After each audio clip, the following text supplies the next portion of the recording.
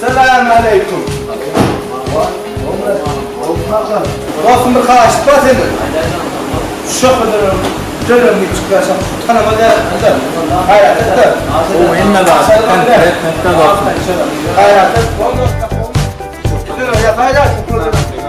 Maşini uyan sana bu döner yayılın. Ona şükredelim. Bollu.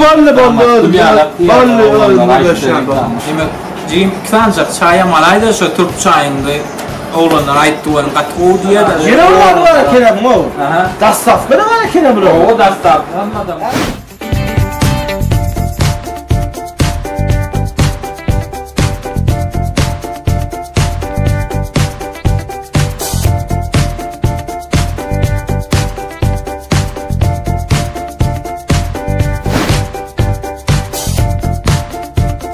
Tavanın köp minnettar.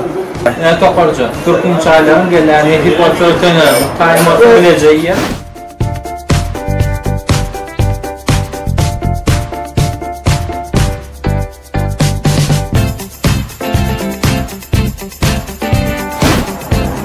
Oğlum nasipmeden ondan tayin Sağ olun. Ne şu kadar ondan oraya geldi.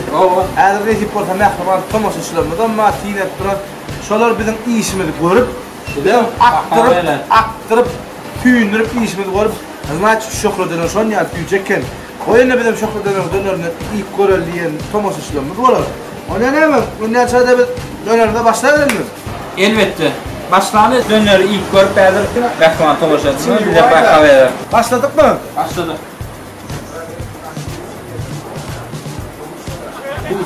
Dostum, neyim ağlayan mı?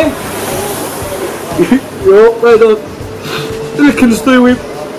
Bunu böyle. Neden iyi bu? İyi de o. Sen ne mi ağlayan? Dostum, benim yardım ediyorsun. Ne mi yardım etsin? Şeylik içine giderdim benim maşinim tutuyordu mu? Sen ne yardım ediyorsun?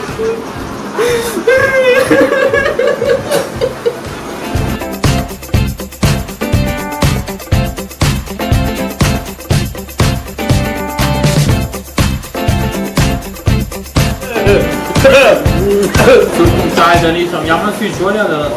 Talaba bu. Ha. Sen iyi ver. Maşin yağdayına hava tutu kaç. Arkaya bakıyorum. Sen maşini koy, kanan öldü aşağı. Benim maşin. Ay sağ zavol zavol zavol. Zavol dostum. Gidip posta gelir dur. Kap milletler. Zavol ha. Takıtıya geldi ver bana. Takıt filan bana ver. Nira ho. Ay polyala gitsene gümünden gitsene nakatı.